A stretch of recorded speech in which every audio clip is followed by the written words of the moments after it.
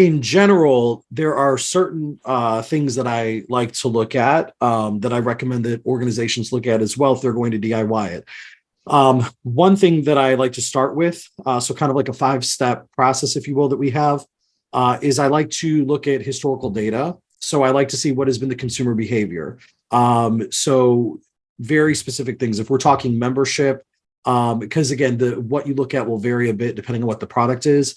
But if we're talking membership, we're talking whether you're trade or society, so whether you're individual or organizational, when are people renewing? If you're on a calendar or if you're on a rolling, how early out?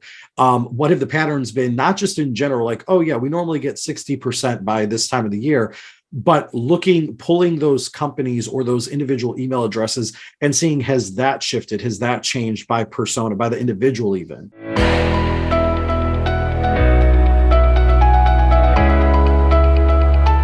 Hello, everyone. Welcome to the Grype podcast. My name is Niaz, and I'm the membership specialist and client success manager at Grype Digital. In this podcast, we'll learn how to set the right pricing for association. And if this is your first time joining any of our online event, I'll definitely go ahead and give you a bit overview about who we are. So we are Grype Digital. We build membership sites for associations, and we have been doing this for the past 12 years now. Our specialty is in association membership, building member portals for associations, especially in the nonprofit space. Basically, our goal is to understand your current state, learn about your desired state, and support you to fill in those gaps to reach your goals successfully. And there are mainly two sides to our services. Firstly, we do workshops to audit your membership journey and build a strategic action plan. And secondly, we build membership sites and portals for association. And we have a member engagement platform called the Member Lounge, with which you can take your member marketing and engagement on autopilot. So this is a live presentation to our podcast, and we do have live audiences. If you're joining us live today, I welcome everyone again. Great to have you on the show. We have received some amazing questions from the audience, from all the participants that we have today. And if you have any questions during the podcast, during the episode, please submit them on the chat, and we will get to them as soon as we can. And we are really excited to have Dr. Michael Tatonetti. He's the founder and CEO of Pricing for Associations, pricing and value speaker and consultant. And I'm not going to butcher his introduction anymore. I'll be like, Michael, thank you so much for joining us today. Can you please start by telling us a bit about yourself and your work? Yes, yeah. So first, thank you for having me on, Niaz. I appreciate that. And good afternoon, maybe good morning if you're on the West Coast, but good afternoon, good evening to everyone, depending on where you are watching. So I'm Dr. Michael Tatonetti. I am both a CAE, so of course, Certified Association Executive, and also a CPP, a Certified Pricing Professional. So I sit at that intersection of pricing and value strategies specifically for associations. So the work that our firm does is working with associations across products on pricing and value strategy. So that can be membership, events, digital products, sponsorship, education. And we work with associations on both current products that they need to maybe look at a price increase or look at retention and value propositions on, or new products that they're launching and considering what is the value, is this the right angle, and how do we price something brand new? So we work just on pricing and value strategy. And from there, we hand it off with a roadmap and allow your marketing team to take it over for implementation and for launching. So that's the kind of work that we do. And you can find out more about that at pricingforassociations.com. Wonderful. And Michael, as I've mentioned that you work with associations to work over their pricing, what would you say is the best approach that the association should take? And what do you think is a lot of associations are doing wrong at the moment? Yeah, so I think that I'll actually answer it in the reverse because I think that'll help give context. I think that the biggest mistake that I'm seeing right now, especially I would say in the last 6 months, definitely in the past year, is that when the pandemic hit in 2020, we were definitely in response mode. and we had to figure out how to move things more digital, how to continue revenue coming in, especially since most associations have the majority of their funding coming in from live events, the sponsorship, the attendee fees, all of that. So we kind of did this, pivot, right? Even though we hate that word now, but we did this pivot, we figured it out. But I think that as we moved into 2022 and we are quote unquote coming out of it, the problem is that we're trying to kind of get back to normal, which is another word that we hate. But I think that the appetite and the expectation of our audiences, both sponsors and members, has changed. And what I'm noticing is that I think many associations are looking at the price and saying, okay, how can we update our pricing? How can we make more? I don't think, though, and this is the biggest mistake, I don't think enough associations are saying, are we delivering the right value? And so they're trying to put the cart before the horse. And in doing that, I'm starting to see a retention problem where more and more people are questioning the value. Sponsors are questioning the value of participating, or maybe at the same level that they once were. And members likewise are questioning, what am I, do I really need this? Am I able to get it from somewhere else? And so I think that a lot of associations are asking a great question in how do we price? But what I'm practically noticing is that the value has not been analyzed and updated. There has been no real value analysis for your audiences. And therefore, you're kind of going in the wrong order. So I think that what a lot of organizations need to do right now, and this is a generalized statement, but again, through my clients and answering questions and all of that, I'm consistently seeing that associations need to do a proper analysis of the value that they deliver, I think, in 2023, and determine where are they going, what's next, what do their products look like, how are they packaging them, what matters, and then figure out, okay, now how do we price it based on that value? So I think that just focusing on the price alone, while I love talking about the price, I am seeing a potential problem with value delivery and meeting the needs of the audiences that associations serve. Right, right. And do you actually have a process of finding the true value that someone should charge for their membership? Yeah. So so it's a bit complex. So I'll try to do like the high level. Here's what to do. Because of course it can be an in-depth process. It's like asking like, okay, how do you do marketing, right? Like, or how do you put on an event? In general, there are certain things that I like to look at that I recommend that organizations look at as well if they're going to DIY it. One thing that I like to start with, so kind of like a 5-step process, if you will, that we have, is I like to look at historical data. So I like to see what has been the consumer behavior. So very specific things. If we're talking membership, because again, what you look at will vary a bit depending on what the product is. But if we're talking membership, we're talking whether you're trade or society. So whether you're individual or organizational, when are people renewing? If you're on a calendar or if you're on a rolling, how early out? What have the patterns been? Not just in general, like, oh yeah, we normally get 60% by this time of the year, but pulling those companies or those individual email addresses and seeing, has that shifted? Has that changed by persona, by the individual even? Taking a look at what are they logging into? So what are they actually consuming? If you have a bullet list of 10 different things that you offer to them, what percentage are logging into each thing or taking advantage? And from there, how active are they with it? So let's say that you do a monthly webinar series and it's free for members.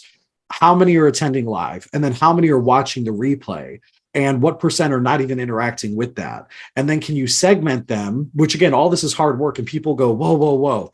It is a lot of work, but it's important work. Like, who's actually logging in? Is there a particular segment that you notice that's logging in? Is it mostly your newer members and then they kind of trail off because maybe your content is redundant year over year and they feel like, oh, I already got it. Is it more senior? Is it more those who are looking for a new career change? Like, what are the patterns? So we like to look at the data as much as we can and try to get an idea of who's doing what historically. The second thing then, which is an optional step, is doing a competitive analysis. Now, I don't price based on competitors because I think that you only know what they're offering based on what their website says, and similar, they only know what you're delivering based on what your website says. You may do some of that really well and you may not. So you might go, oh, they have monthly trainings and we only have, quarterly, but maybe their monthly topics are more of sales pitches from sponsors and yours are actually really great educational content. So you can't necessarily say, oh, well, we offer less here, so we shouldn't charge as much for this component or the value of this bullet. Maybe yours is actually worth more. But I like to do a SWOT analysis there and kind of compare what are the value propositions that are stated, and the price difference, and what are you noticing. For me, it's more about idea generation of, oh, they're doing this, how might we look at doing that, or is that even a value? The third step is then doing a deep value analysis with your audience. I call that the voice of customer part. And that's where you will typically run a series of surveys, focus groups, maybe one-on-one interviews, especially if you're looking more at like a sponsorship thing where you don't want them all together. But things like membership events, you can do focus groups and have people together. And in the survey, there are a couple things that I really like to ask. There's, of course, always asking for name, email, and may we follow up. The reason for that is you can then funnel them into those focus groups or interviews, and you've already got persona information on them. Then I like to ask a couple persona-based questions, maybe 3 to 5. This is especially really good if your data is not that great to begin with, so you can start figuring out, okay, based on these personas, here's how they answered.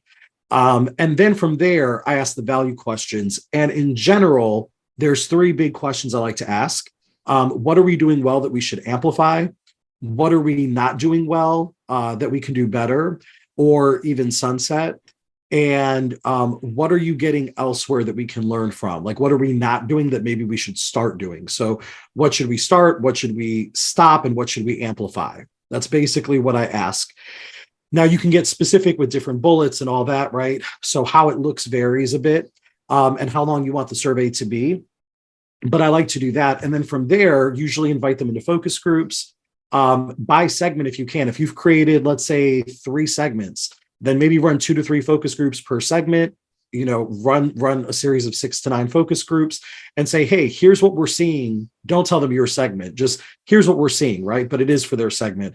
Can you tell us more, right? That's where you get that qualitative feedback of, yeah, we want monthly training instead of quarterly, but not if it's going to be salesy, as an example. Like, what do you want? Or what topics? Start generating topic ideas for us. What would it look like? And then from there, after that value analysis and saying, okay, here's how the packaging might change. The 4th step is then pricing analysis. So that's where you say, okay, based on these changes, we've heard you. Based on these changes, here's what that's going to do to the price. There's 2 methods there. You can do open or closed-ended. Open-ended is where you use typically the Van Westendorp model of questions, and you say, what is your willingness to pay for this upgraded membership? Or on the closed-ended, you could do open and then close, or you could just jump into closed-ended. The closed-ended is where you have a price. So it might be based on the answers from the open-ended, or it might just be that your board or your staff say, hey, we need to raise the price to this amount. And from there, you would say, okay, would you get with A or B? Would you go with the current membership that has these features at this price? Or here's the additional features you would get, the upgrades at this price. Which would you pick? And see what that migration looks like. And then the 5th step, not that this is an easy 1, 2, 3, 4, 5, but then the 5th step is communicating it. So you have to communicate value. You have to communicate, we heard you, we're making these changes. Here's when they're rolling out. In the next year, you're going to see this in Q1, this in Q3. Maybe this last piece will come in year 2, and we'll do a slight price increase then to cover that. And, but we heard you and we're excited to deliver this value.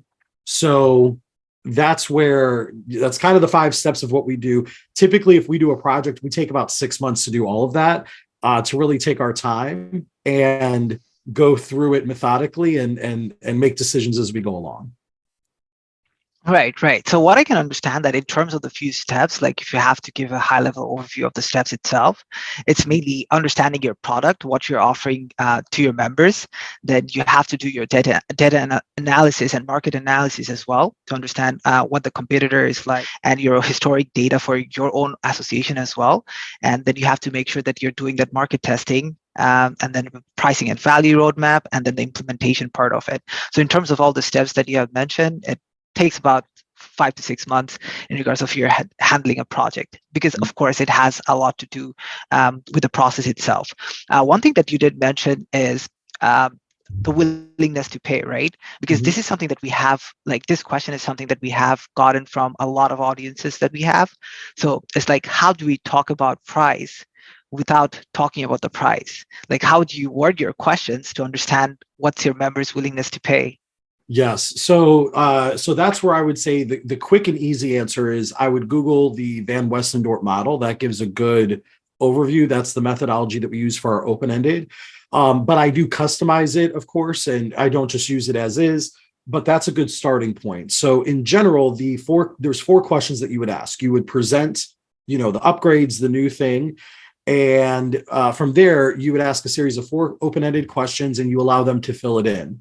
And you would say, at what price point would this product be too expensive to be considered or out of your budget? At what price point would this be expensive or within your budget, but worth considering? At what price point would this be inexpensive or maybe a no-brainer? And then at what price point would this be too cheap that you would question the value, too cheap to be a value?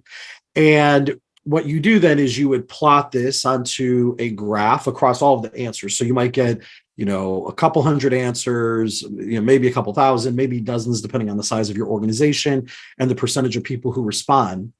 And you then create these windows, if you will, where you say, okay, the overall willingness to pay is from too inexpensive to be a value to too expensive, somewhere in there. But we really narrow it down typically then to the middle two, which is at what price point would it be a no-brainer or inexpensive? At what price point would it be expensive but worth considering? Now, we don't just ask those two, we ask all four because they then typically give us a better answer for those middle two. But we can then consider, okay, somewhere in these two is going to be the answer. Now, sometimes those two are less than the current price. Sometimes it's more than. Usually it's not too wide of a or broad of a number answer, but even if still, again, you kind of average it and figure out where that willingness to pay is.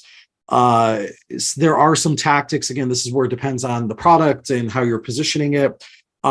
Sometimes, depending on how much value is being added, we'll anchor it against the current amount. So we'll say, okay, again, like here's the current membership and the current price, here's the new one, and then ask. So if they already have in their head, okay, if I pay, let's say $400 per year for my membership, I know I'm getting more, so I should pay more. Now, how much more?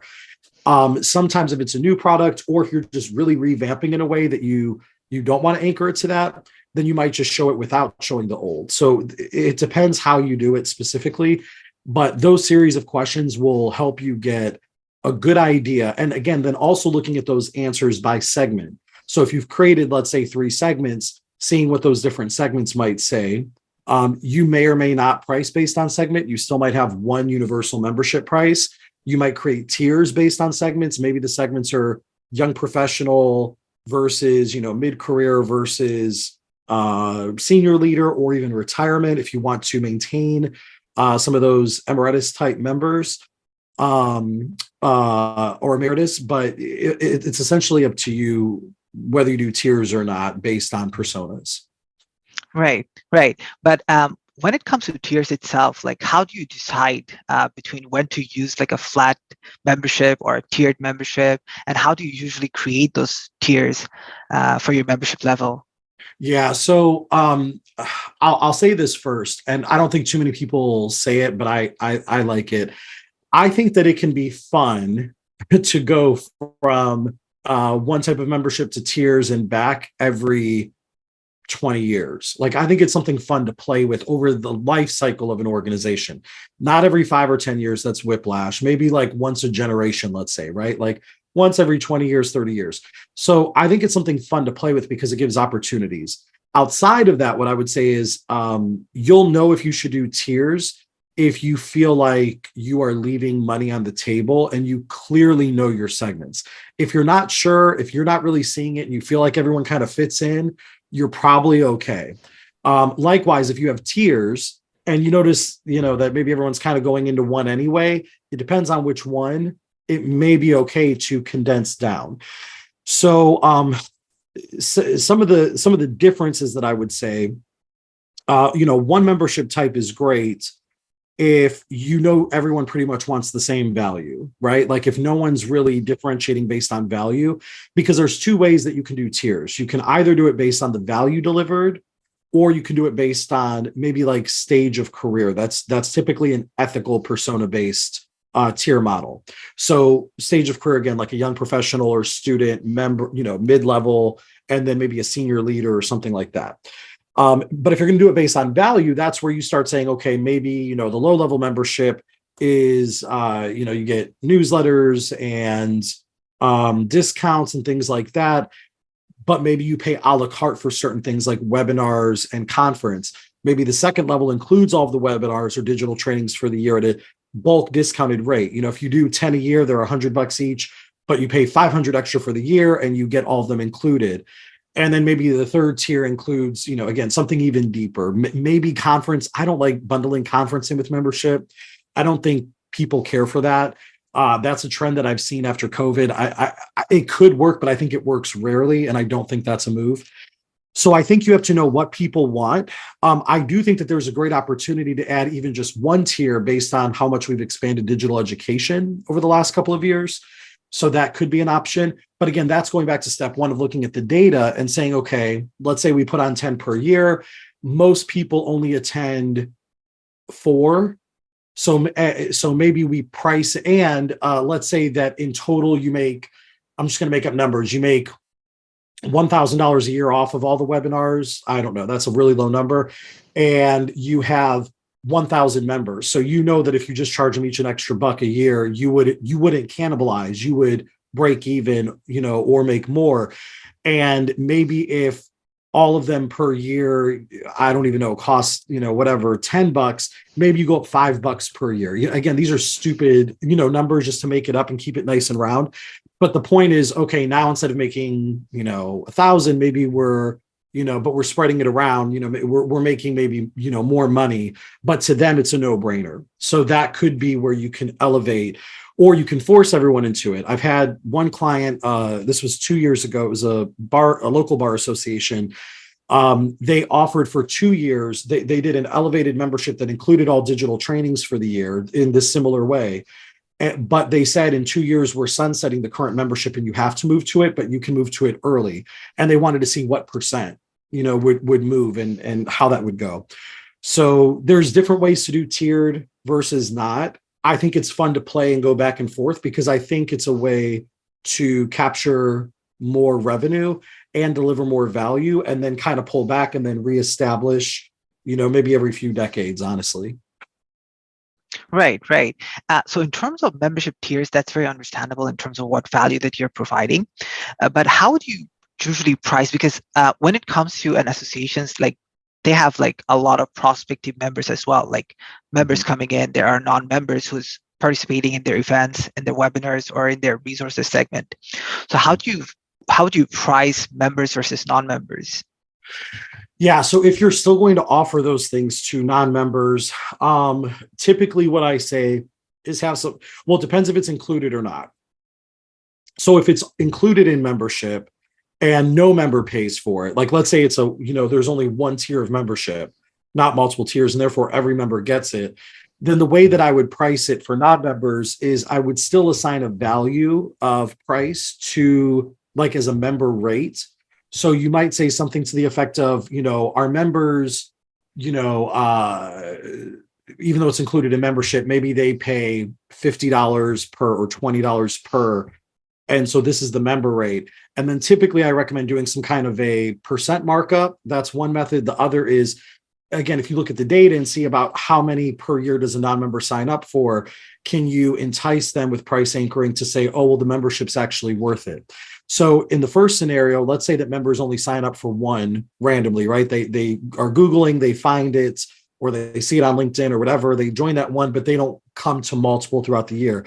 Then you might say, okay, our members, the member rate, even though no one's really paying it, is, $20 to join this live training for 45 minutes or an hour. So the non-member rate is, $39, whatever it is.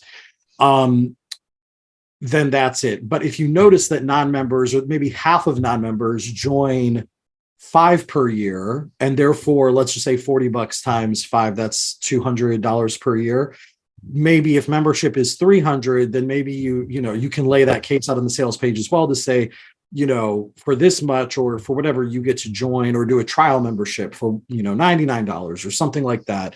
That's a 3-month trial membership, and then you can roll that in and pay the difference or whatever. So again, it depends on the nuance of how often are you offering something, all that. What are you price anchoring against? Is the goal just to get them to attend one, get their email, get them on the list, and then try to upsell them to more webinars because that's what they're interested in, and then using marketing, sell them onto different products that you offer as well? Or is your goal to try to convert them into a member as soon as possible, whether it's at the sale or within 30 days using maybe an email sequence that makes the case for this? And then even in that email sequence, you could say, hey, the registration that you paid, the $39 can go towards your membership if you sign up in the next 30 days. And here's everything that you get. That could be an email or two that they get over the next month. So again, depends on the goals, depends on your pricing objectives, your value objectives. There's different ways to do it.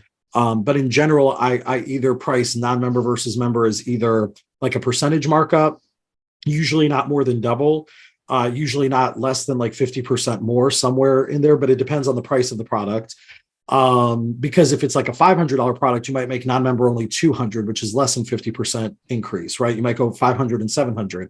So, but if it's like a $20, $50 thing, you might go double or close to it.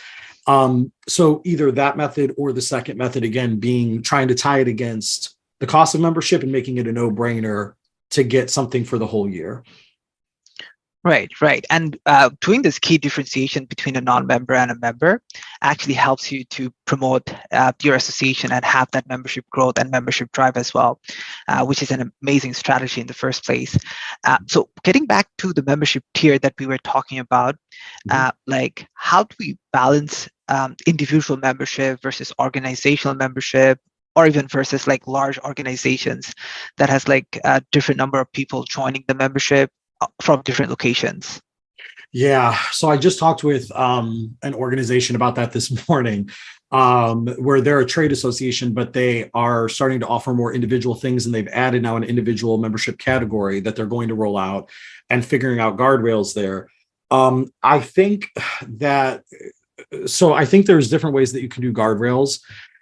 One consideration is, this goes back to, again, step one and looking at the data. So let's say you have a big organization, maybe has 10 people that actively log in, or 50 people that actively log in, right? And you're comparing that to an individual. I would look at those 10 or 50 people and say, how often have they logged into the member portal over the last year or two? How often have they each viewed, maybe webinars, if they have to sign up for that, just register for it or view it. If you can look at their activity in the member portal, what have they accessed, right? Are they looking up articles? Kind of what are they doing? And get an idea. When you compare that to a smaller organization, because some organizations, it's nothing for them to say, well, we'll just get one, login or 2 logins, and they become the source hub, if you will. Like, you go to them and say, hey, can you look and see if there's anything on this? I need something about it to make a decision, versus an individual who can do the same thing. I think some of the guardrails that you can put into place would be, one could be that you could do it based on how many people would be logging in, how many logins they get. I don't think that's always the most effective way, because again, they can just narrow it down to one person having a login. I think other ways you can do it that I've seen done and that I've worked with clients, one is you can try to do it based on like revenue. You can do it based on the employee size of the organization, or you can even do it based on the projected number of people in that role at the organization. And to do the last two, we typically look at LinkedIn. So I'll go to their LinkedIn company profile and I'll say, okay, this says they have 10,000 employees. So then you start creating these bands. You say, okay, here's our 100 organization members. Let's try to get an idea of how many employees do they each have, and then create bands. Or look up how many people are in a specific role, have something in their title at that organization, and say, okay, according to this, you have, I don't even know, let's say 2,000 people in this type of role in HR, and we'll give you access for all 2,000. Even if only 100 or 200 log in actively, they all get access. and make it a no-brainer for them. So if let's just say it's 2,000 people, that's a really high number. Probably most people listening wouldn't even have that many. But I'll run with that since I said it. If they had 2,000 people, only 100 might log in per year. Make it a no-brainer where individual, if you compared it, maybe they're paying for the equivalent of 150 or 200 individuals for that 2,000, because that not all of them are even going to make an account and have a cost in your AMS, are going to be accessing the learning, et cetera, et cetera. And then start looking at that data a year or two into doing this with all organizations. See if more people are logging in, then you might be able to make a case for a price increase and to say you're getting this value, and that's a great thing.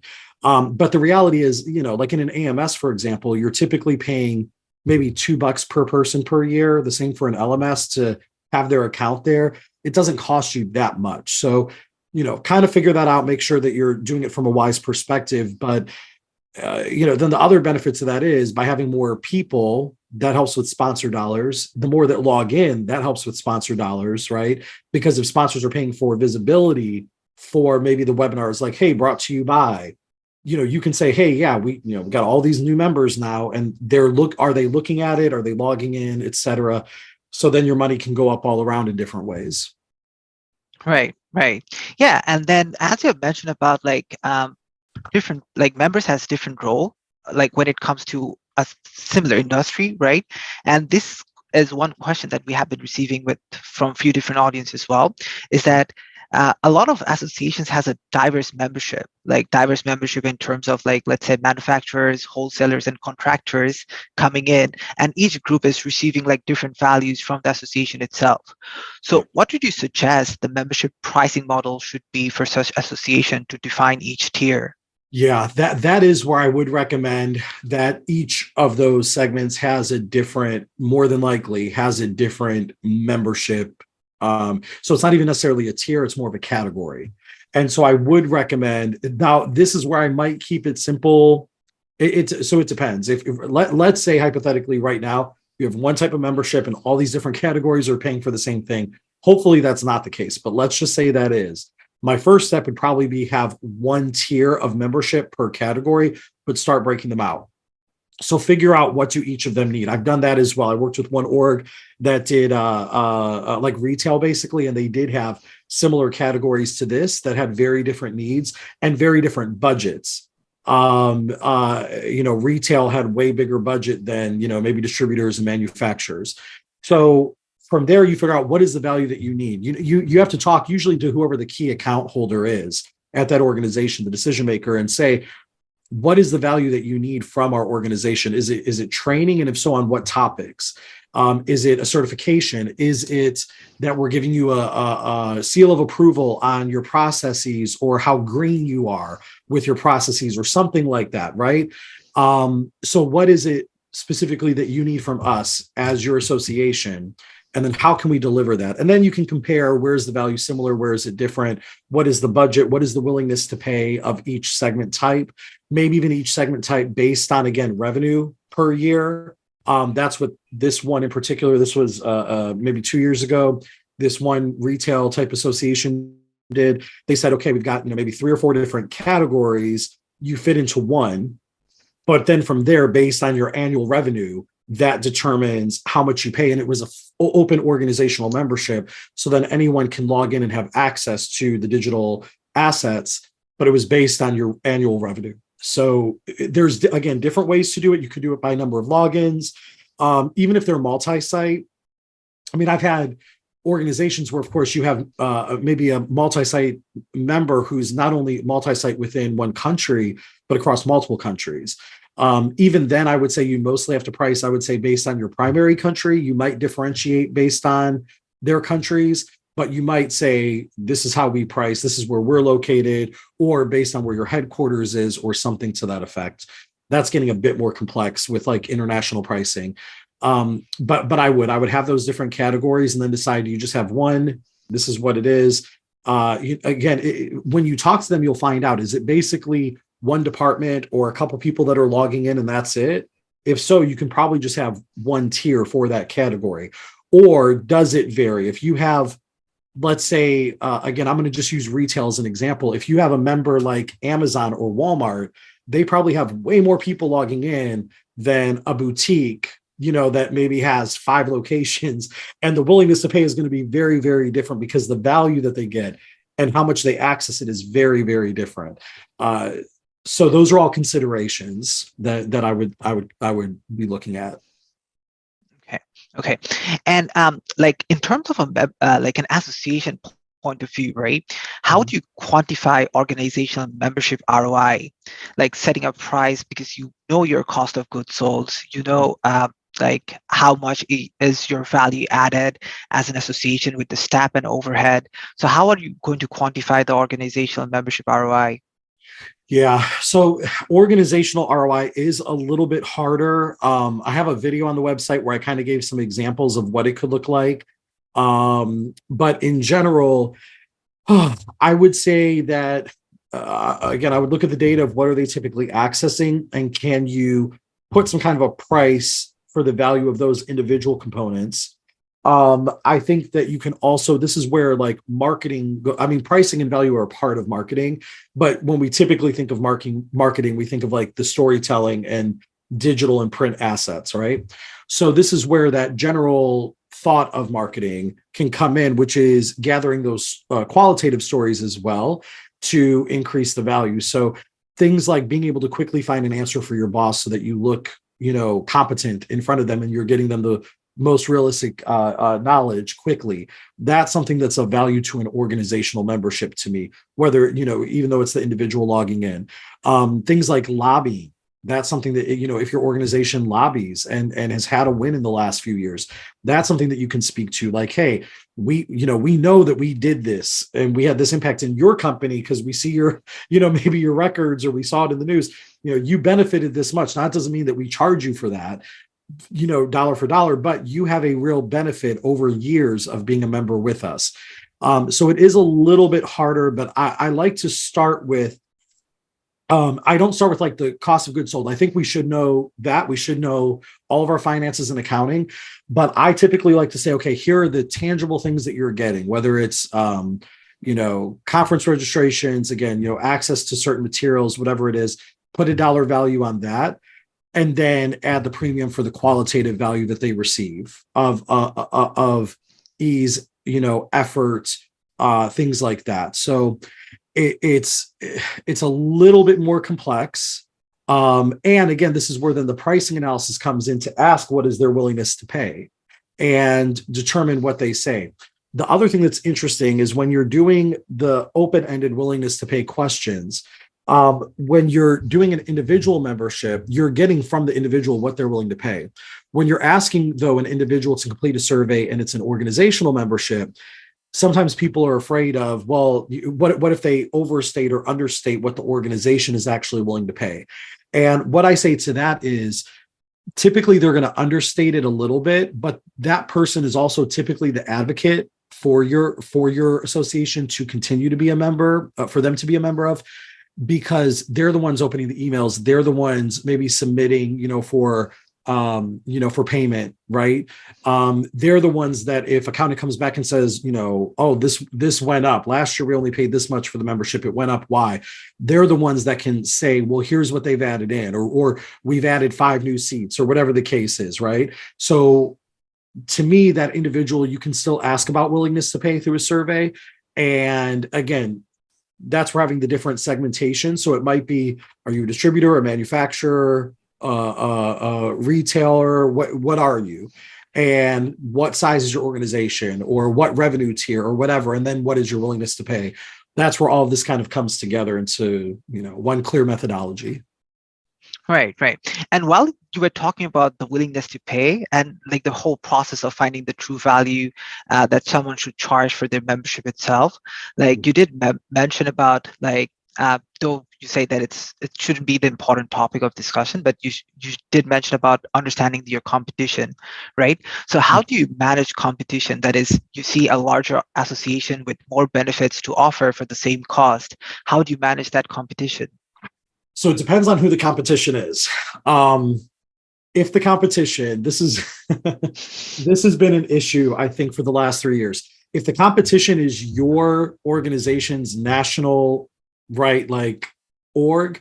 So what I mean by that is if you are maybe a state or local and they're the national, they are a competitor if you're not intertwined through bylaws where maybe they funnel money down or you funnel money up, because they're doing things separate from you and they are competing for the same audience, the same membership, the same attendance at events, all of that, right?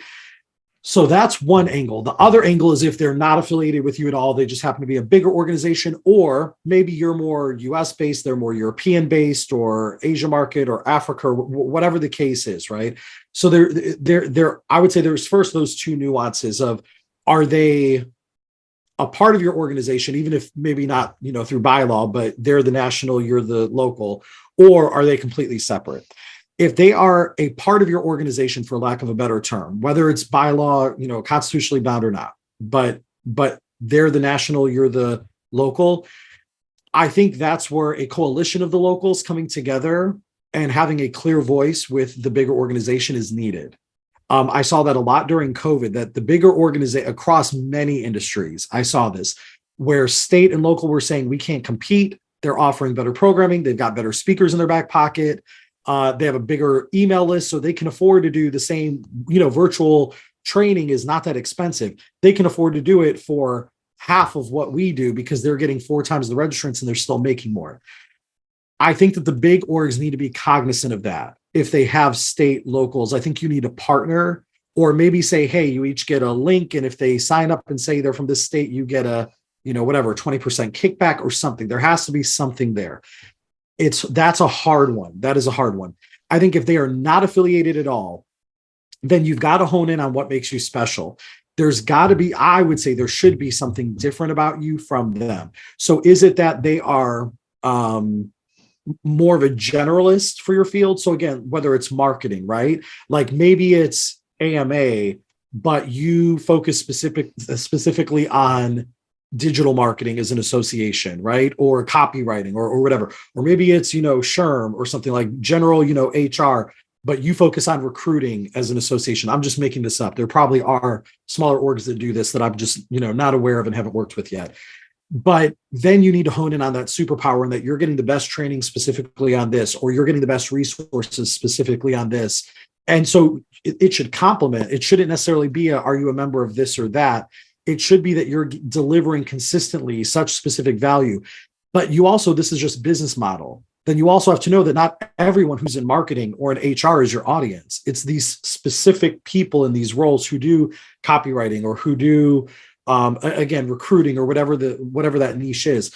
So you need to have that ready to go. Or if it's location based, I brought up earlier, if let's say you're more Asia based and they're more US based, then don't worry about trying to have your digital offerings in times that meet the other audience as well to try to capture that market. Focus on your market, focus on what are the needs that they have specifically, what's coming up in that region. So focus on what makes you special, lean into that, know what the audience size is, and then create a business model for that. You may not be as big as the big guy then. That's not your goal. It's not the market share that's there. So be the best, you may not be the 50-person association with the same number of members. You might be the 5-person association, with the small, but you can still balance the budget and serve your audience well. And that's fantastic. And you can create coalitions again, or do trainings or whatever, partnerships for the bigger organization. If you, play nice, great. Then they might say, oh yeah, we're partnering with them on this, training series or a workshop or whatever specific to this niche. So that's my take on it. I think everyone can have a seat at the table. I think the world is big enough, but I think you have to know your market size and just play within that and figure out how do we all play together. And then if they won't play nicely, how do you sustain yourself as a business? We live in a world where again, there's Walmart, there's Target, but then there's still the smaller, box stores as well. Everyone can fit in. There's enough space, but how do you do it with a business mind to know your audience? Right. And you did mention about the building that pricing strategy, understanding your value proposition, right? And then building that pricing strategy, or if you have to raise your prices as well. So the first thing that comes up is, how do you convince others in your organization, like within your association, that raising price is the best thing to do at the moment? Yeah. So, I have a blog on this as well that I would recommend because it goes into greater detail. But the impact that pricing has is absurd. And we wouldn't think that. We would think we have to raise the price by a lot. But most organizations, if you look at your 990, if the more nuclear that you can get, if you can get down to by product type, great. But if you can't, even just as an organization, look at your revenue in versus expenses and figure out what is your, profit margin as a whole organization. If you can't get any deeper and go, well, membership has this cost of goods versus this revenue.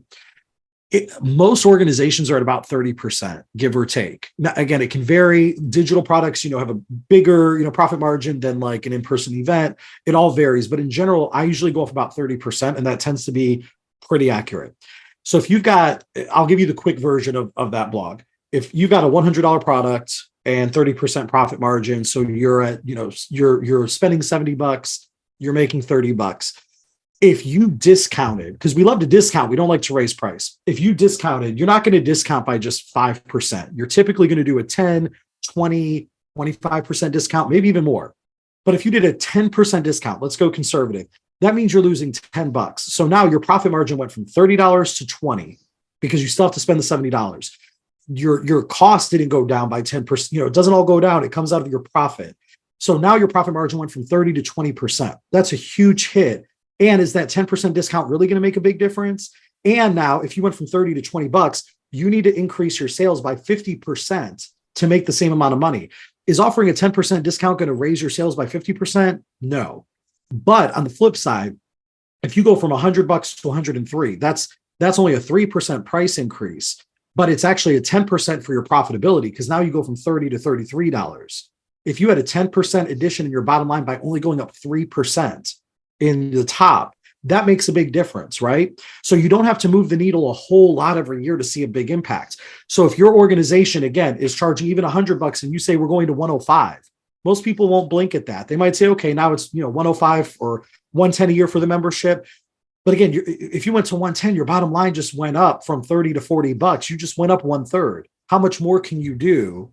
If you had a third more in your bottom line, how much more can you reinvest? Because that's our purpose as an association, as a nonprofit, is to reinvest that into staffing, technology, resources, all of that.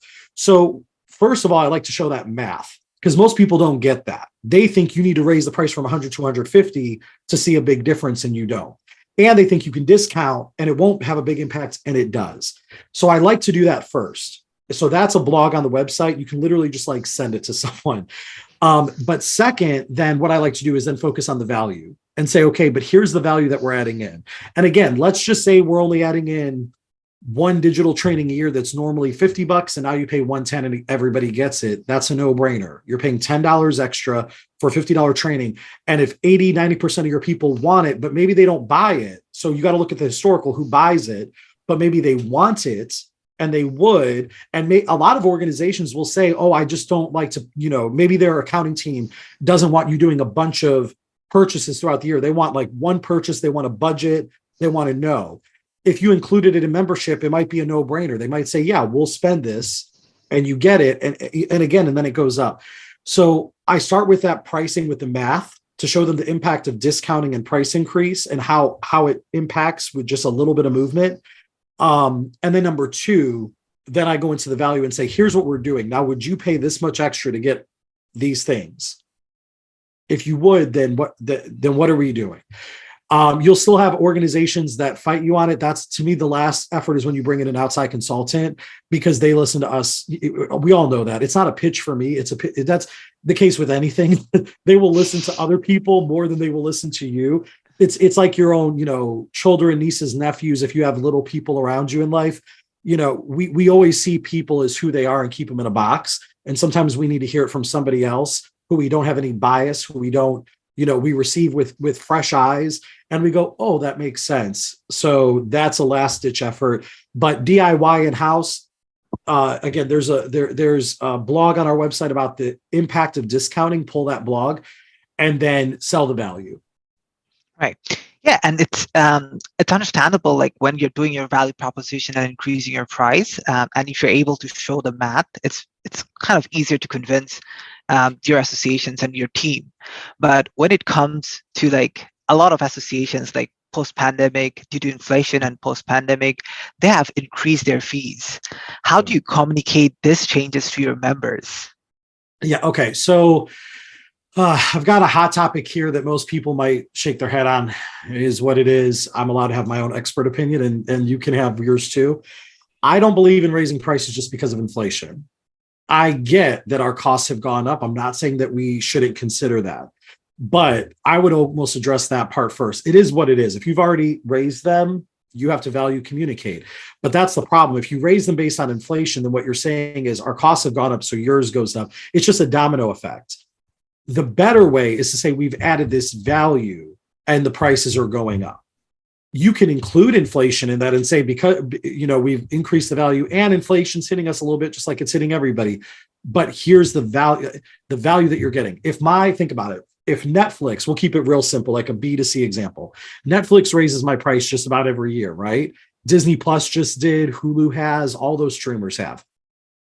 They raise it by like $1. I don't really care, but that's a big, again, think about that example I just gave. If I only pay, I think I paid $20 a month now for Netflix. I used to pay $7 or $8. And their costs have gone up, I'm sure, right? But they have more members. It's spread out. It's a digital product. Their profitability has gone through the roof because of that, right?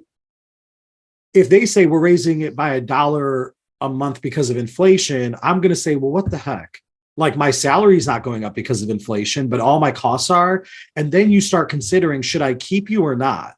Because you're going up because of inflation. But if they say, we've added this programming, and if they get really specific and segment me and say, we noticed that you like to watch comedies and we've added these 20 comedy specials in the last year, and we plan on adding more comedy specials, and we're going up by $1 a month to continue to bring you that programming, I'm more likely to say, okay, I hate going up $1 a month, but that's worth it to keep. How much would I spend? That's less than a movie ticket, one per year, $12 a year, right? That's worth it if I'm getting to watch 5 different comedy specials out of the maybe 20 that they added. I might only like 5, but that's worth it, right? So I don't like leading with inflation, because the other thing is, are you going to decrease your price when prices go down? So when COVID happened, did you go down? Maybe you did as a response because you thought people couldn't afford it and you offered a temporary discount. But unless you permanently made a change and said, hey, everyone's at home and saving money, so we're going down permanently, unless you're going to increase and decrease based on the economy, do not increase because of inflation. The other thing is, when you look at the inflation costs, this is actually a video I'm going to record in the next couple of weeks. I have a graphic on it. But, overall, I think inflation's like 9% up, right? Something like that over the last year. It's probably changed in the last quarter, so who knows? But as of last year, we were hitting about 9.1%, I think. 40% of, 40% increase, 30% increase is mostly oil and airline. They're the main ones that had increases. They had about a 40%. The average is 9.1. Education, which is what a lot of us do, was only like a 1 or 2% increase. So now, fuel costs impact us when we are traveling to events and all that, right? Don't get me wrong, but that might mean that your event price went up, but did your cost to deliver a digital education seminar go up 40% or 10%? No. So you have to really consider, what are you trying to do? What is the value that you provide, and communicate the value. Okay. So that's my hot take on that. I don't believe in just increasing because of inflation. I think you have to consider that. You have to check your bottom line, of course. But I think you need to price based on the value and communicate the value. And then again, part of that might be inflation's hitting us like it's hitting everybody else, but we're adding in these value components that we know that you care about. And that's why, we're going up to this to cover the cost of this additional value that you've asked for. Right. And as you have mentioned, like for an example, you gave Netflix as an example, like they're increasing their monthly fees, or even like, let's say in 2 months or 3 months. And let's say now an association wants to increase their pricing overall. Would you suggest to increase the pricing on an annual basis, or like in small increments? Yeah, that's a great question. In general, I always ask this question whenever I started training in person. I'll say, okay, raise your hand if you've raised your price in the last 3 years. I usually say about 3 or 5 years. And then I'll say, okay, like 5 to 10 years. And then I'll say more than 10 years or 20 years. And you'll still have people raising their hand. Not most associations kind of leave their pricing alone for a while. And then they go, wait, we haven't raised the price. And then they just try to, and that's not the way to do it. This is generalized, but what I recommend is an annual, if not every other year, adjustment. And that should be like a routine. So again, this is generalized. This is not specific for any one organization that's listening, but you might do like a 3%, a 5%, or if it's every other year, you might do a 5 or maybe even a 10%, something like that. And again, it depends on what the starting price is and all that, right? From there, though, that's where what the kind of work that we do, like a deep value analysis and repackaging, and then pricing based on that repackage. I recommend doing that about every 3 to 5 years. So it might be that every 3 to 5 years, you really adjust the package and you say, okay, now webinars are out. You said that, monthly webinars felt more like sales pitches. You want more deep dive education, but we can only pull that off every other month or once a quarter. So we're going to have a deep dive and it's going to be really good quality.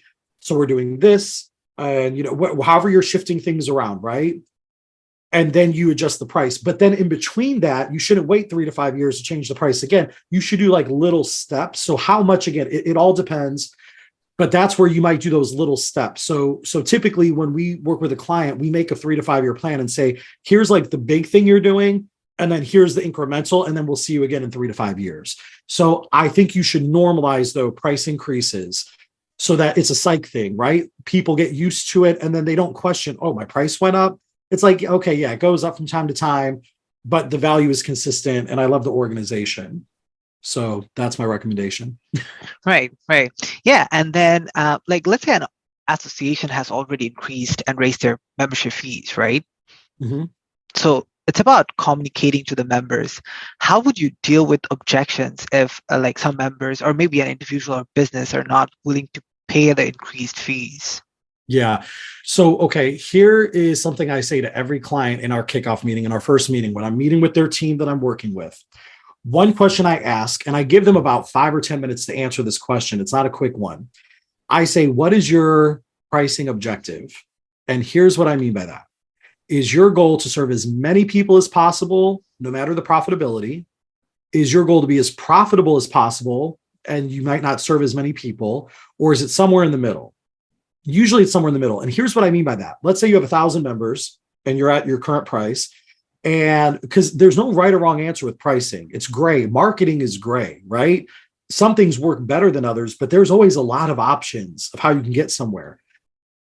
What I say is, okay, if you're at 1,000 members, are you okay losing 50 and going to 950, but your overall bottom line goes up by whatever percent and you're giving better quality to those 950? Or are you willing to go down to 800 and it still goes up and you're serving them even better? They might say, 950 feels okay. Like, are you willing to lose some members? So not everyone's going to buy in. Not everyone is going to buy in. And you always lose members every year, right? No one, I mean, even if overall you're having a net gain, you lose some people, you gain more than you lost to have a net gain. But every person's not staying with your organization in perpetuity until they retire. So, you have to be okay with losing some people. You have to know how much of your mission as an organization is to serve the most amount of people, no matter what, versus serving the right people well. And only you can answer that. And that's why I let them sit with it, because it's interesting. They think, they talk, they all have different answers. The ED will have a different answer from the marketing director and the education director or event person and all that. And I let them talk through and I go, okay, so this is where we're comfortable. In general, we don't know where we're going to land. We don't know that we're going to lose people or not. But this is where you stand as the decision maker for your organization. That's an important thing to grapple with, is what is your pricing objective? Again, there are organizations, I can go to a steakhouse, my favorite steakhouse, and spend $400 on dinner for two easily. I can spend $600 on dinner for two. Or I can go buy my own steak and cook it. Or I can go to the cheap place and get 2 steaks and dinner at Texas Roadhouse for $60. There's a market for everybody. It's who do you want to serve? What makes the most impact? But impact isn't always about the number of members. It's about the quality as well, and balancing the value versus the value impact versus the numerical impact. Sometimes you also have those zombie members and they don't care, or, and they leave, but were they even logging in anything anyway? Were they making an impact? Were they volunteering? Or were they, and again, it doesn't mean that you don't want them to be a member. I'm not saying that. I'm saying that there's a case either way, and you have to decide that. Right, right. We're almost at to a time. Yeah. So I really wanted to know, what is your biggest prediction? Like, what should be our biggest prediction for association pricing and value strategy in 2023? Yeah, I'm going to echo what I said at the beginning. I think we have to do value analysis. I think most organizations, again, responded, and now they're kind of just doing what they did. And it's not the same marketplace, it's not the same landscape. And I think that as ChatGPT grows, AI, it's not just Google search now that you have to compete with. There's AI-based searching. People can get the information, the knowledge that your organization brings from anywhere. And the lobby work that you do impacts the field, whether or not they're a member. So you have to figure out, what value do they want from you? How do you become the organization of choice that is providing them with what they need? And you have to talk to them to do that. And then you have to do that work. You have to change. You have to say that might mean changing our staffing model. You might need a coordinator to manage the community because they want more of a virtual community aspect. Therefore, you might have to increase the price to pay for this new, $50,000 a year salary plus benefits. But you might not need this other thing, or how can you upskill that employee to change? So change is happening. Are you going to keep up? Are you not? Are you going to deliver the value? Are you not? Don't worry about price first. Worry about the value, the solution that you're giving to your audience. And then you price, and then you have a profitable business. And we can do that. But my biggest prediction is we're going to have to figure out the value. I think if orgs skate by that for another year or two, it's going to be a big, big problem long term for them, for those that don't do the work. Right, right. And on that point, like, what would be your biggest key takeaway for our audiences today? Outside of doing value analysis, I would say have a method to how you do value and pricing. There are methods out there. I know it's not a topic we talk about a lot. It's not in any. I'm in a whole library. You can't see it, but I'm in a whole library here in my office. Pricing is not talked about enough in our membership books and our CAE study materials. It's usually like a page, right? Like we say value, but there's no method to the value. So research, I'm not plugging, but our blog's a really great resource. But just look up pricing and value in general and then apply it to your association. There are methodologies, so don't just use them as buzzwords. Figure out a plan and execute it so that you're doing this well. Awesome. Yeah, thank you so much for sharing all those insightful answers to all the questions that our audience has asked, and from our end as well. And thank you everyone for joining our podcast today. I hope everybody found it insightful as well, and hope to see everyone on our next podcast event. Thank you, everyone. Yeah. Thank you, Michael. Thank you.